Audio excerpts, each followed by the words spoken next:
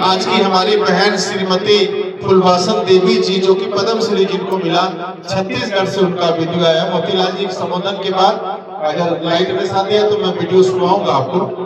तो आज उनकी प्रतीक कुर्सी के रूप में प्रतीकात्मक जो अवसर कुदरत ने दिया, प्रकृति ने दिया, वो मोतीलाल यादव जी को दिया। तो मुख्य वक्ता के रूप में आज मैं आमंत्रित करता हूं अपने प्रिय भाई श्री मोतीलाल यादव जी को कि वो आए, और जब भी इनसे हमारी कहीं भी मुलाकात किसी भी कार्यक्रम में हो जाती है तो बाबूजी का नाम तो किसी न किसी बहाने के जुबान पर आ ही जाता है। और इस तरीके से इन्होंने पोषित किया है उनके संस्कार को। मैं बिना विलंब करते भाई मोतीलाल जी को आमंत्रित करता हूँ। वही फोटो वहाँ से सही है। शांत रहो जी, सब लोग शांत हो जाओ, सब लोग शांत हो, सब लोग शांत हो जाओ।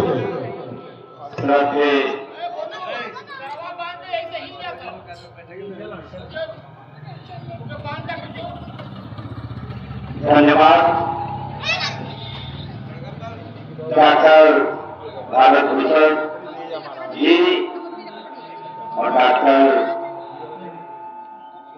आपकी पत्नी और आपकी भयो वो भी डॉक्टर हैं, और नहीं है आपके पुत्र डॉक्टर निर्मलाय भूषण और डॉक्टर क्या संबित भूषण। आप सभी लोगों को बहुत बहुत धन्यवाद बधाई हो कि आप श्रद्धे राजर्षि राजेंद्र प्रसाद जी के आप लोग पुत्र पुत्रियां बहुए हैं। ये बहुत सौभाग्य की बात है, क्योंकि मैंने नेता जीवन में विधायक सांसद बहुत देखा। यदि आज श्रद्धे राजर्षि राजीव जी यहाँ बैठे 1000 के बीच में वो बैठे रहते, खड़े रहते, तो उनकी जो आभा मंडल है वास्तव में ऋषियों मुनियों राजाओं जैसा था। लोग स्वतः अपने आप उनके पास खींचे चले आते। आप फोटो में भी देख सकते हैं, हम लोग तो बहुत बार उनसे मिले, और जो एक बार व्यक्ति उनसे बात कर लेता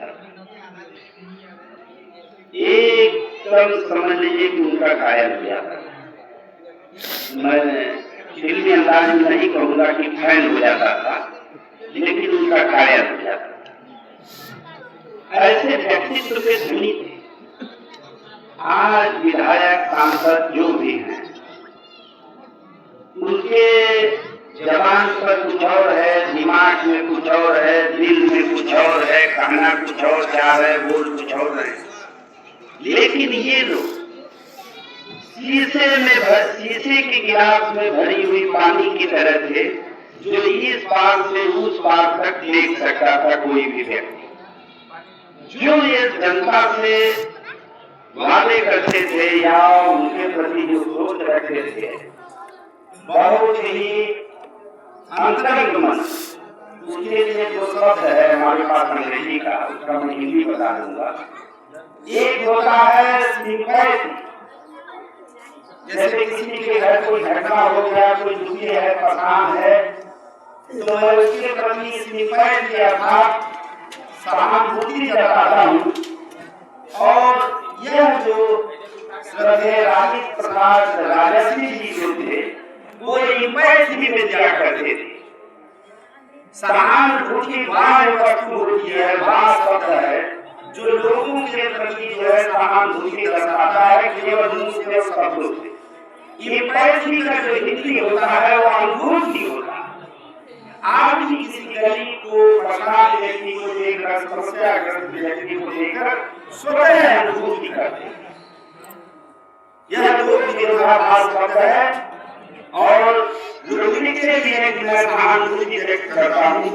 लेकिन राजर्षि राजेंद्र प्रसाद जी ये अनुभूति में लोगों से बात किया करते थे। जैसा वो महसूस करते थे आपकी तकलीफ का, उनको लगता था कि यह तकलीफ इस तरह की होगी, पहले अपने महसूस करते।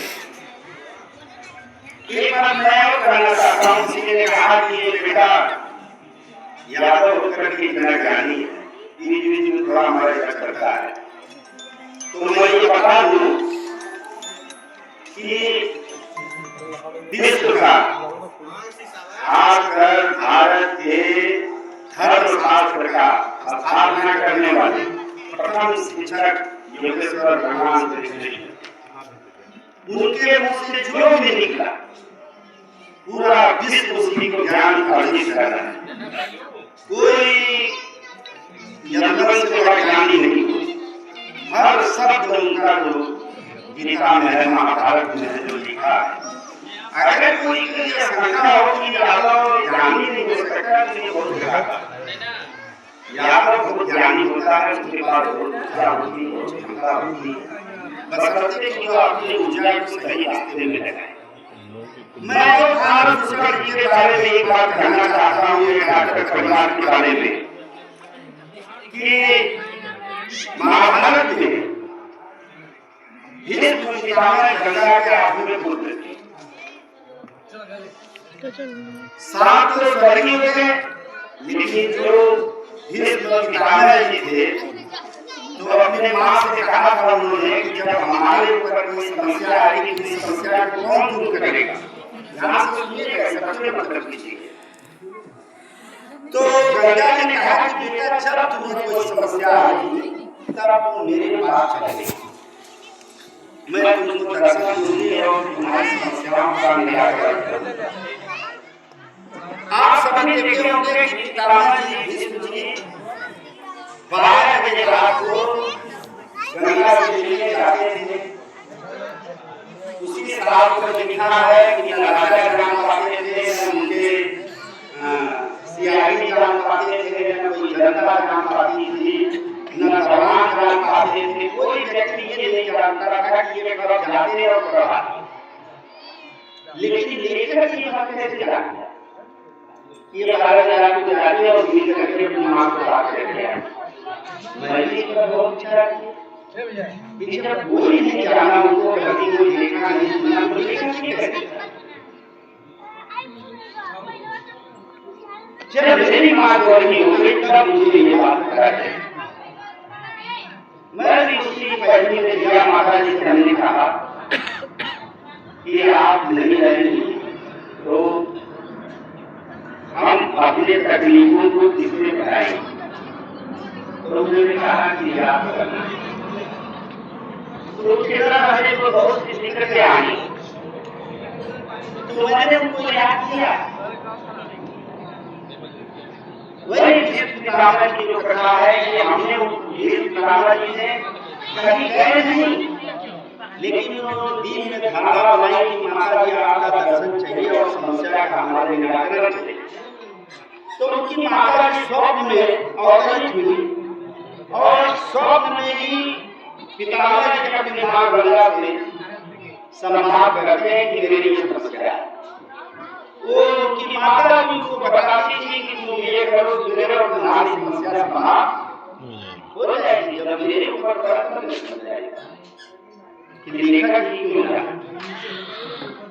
तो कोई पिता महान नहीं होता है,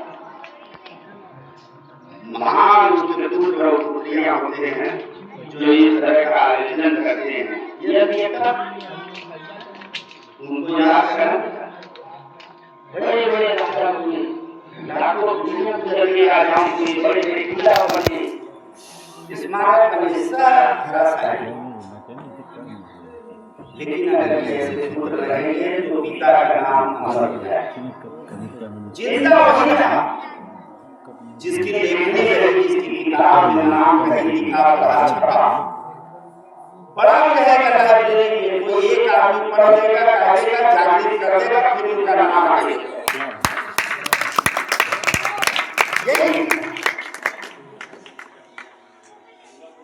तो माता और पिता से दुनिया में कोई भगवान नहीं। अगर के आपको लगता है, किसी व्यक्ति को लगता है कि पत्थर की मूर्ति में भगवान होता है, मंदिर में भगवान होता है, न पत्थर की मूर्ति में भगवान होता है, मंदिर में भगवान होता है। पत्थर की मूर्ति में हमारी आस्था होती है और मंदिर में हमारी आस्था होती है। वो हम आस्था के लिए जाते हैं, साधना का केंद्र होता है हमारा। इस बात को याद रखना चाहिए। तो श्रद्धेय राजर्षि राजीव प्रसाद जी को हम लोग पूरी बात नहीं बता सकते, हम लोग उनसे कितना प्रभावित थे, और आप सभी लोग उनके नाम को बढ़ा रहे हैं, आप उनको नमन कर रहे हैं, आप उनको याद कर रहे हैं, आप उनके तकलीफ को, अपने तकलीफ को उनसे शेयर कर रहे हैं। निश्चित रूप से मृतक व्यक्ति भगवत स्वरूप होता है, ईश्वरीय शक्ति होता है, दैवी शक्ति होता है। वो आपकी तकलीफ को सुनेंगे और आपको दूर करेंगे। यह हमारा यीशु पितामह से हम लोग सीख सकते हैं। और बहुत से जीवन उनके हम लोग साथ रह करके सीखे, और हम लोग टाइम की नहीं है, जिसके कारण राजनीति में भी बहुत आगे नहीं बढ़ पाते हैं, क्योंकि यहाँ छाल प्रपंच चलता रहता है। और डॉक्टर सभी विद्वान है, बराबर इन लोगों का एक और संबोधन सुनने के लिए मिलता है। और हम कई और चीज कहना चाहते हैं, हमारे लोग विरोध करते हैं, मैं सही बात बोलता हूँ। मैं प्राकृतिक का विरोध करता हूँ तो लोग सोचते हैं कि यह धर्म विरोधी है। मैं धर्म विरोधी नहीं, किसी की व्यक्ति के विचारों का विरोधी है, विचारों का अनुसार करता है। लेकिन लोग मुझे विरोधी मानते हैं, मैं विरोधी नहीं। लोगों के विचार है, अलग अलग लोगों की भावनाएं। अगर कि मेरी बात से किसी को ठेस लगे तो मैं उससे पहले ही माफी मांगना चाहता हूँ।